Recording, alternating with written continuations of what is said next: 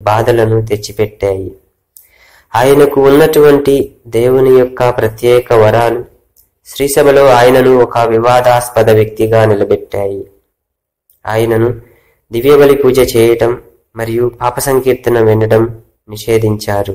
కానీ ఆయన ఇటువంటి కష్ట సమయంలో కూడా ఆయనపై విధించినటువంటి నిషేధాన్ని విధేయతతో శిరసావహించి మరింత ఎక్కువ సమయం ప్రార్థనలో గడిపేవారు. కానీ ప్రభు ఆయన భక్తులను ఎన్నటికీ చేయి విడువడు.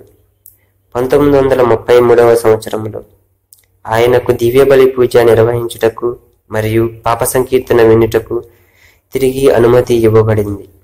మరలా పెద్ద సంఖ్యలో విశ్వాసులు దివ్యబలి పూజలో పాల్గొనడం కోసం మరియు పాప సంకీర్తన చేయటం కోసం వచ్చేవారు.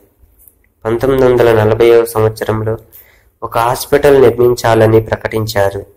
ఆ హాస్పిటల్కి హోమ్ టు రిలీవ్ సఫరింగ్ అని పేరు పెట్టారు.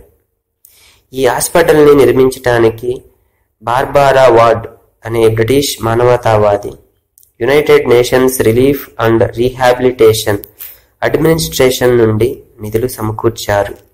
ఈయన సహాయంతో 1956వ సంవత్సరంలో ఈ హాస్పిటల్ ప్రారంభించబడింది. సెప్టెంబర్ 21, 1968వ సంవత్సరం పంచగాయాలు పొంది 50 సంవత్సరాలు గడిచిన మరుసటి రోజు పాదరే పియో చాలా బలహీనంగా అయిపోయారు. అంత బలహీనతలో కూడా సెప్టెంబర్ 22, 1968వ సంవత్సరంలో అతి పెద్ద సంఖ్యలో భక్తుల మధ్య దివ్యబలి పూజ చేశారు. ఆ మరుసటి రోజు సెప్టెంబర్ 23, 1968వ సంవత్సరంలో పరలోక భాగ్యం అందుకున్నారు.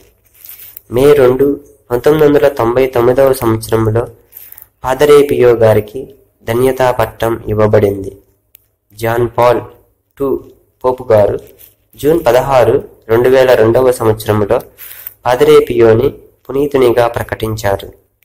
పాదరే పియో పౌర రక్షణ స్వచ్ఛంద సేవకులకు మరియు కౌమార దశలో ఉన్న యువతీ యువకులకు పాలక పునీతులు.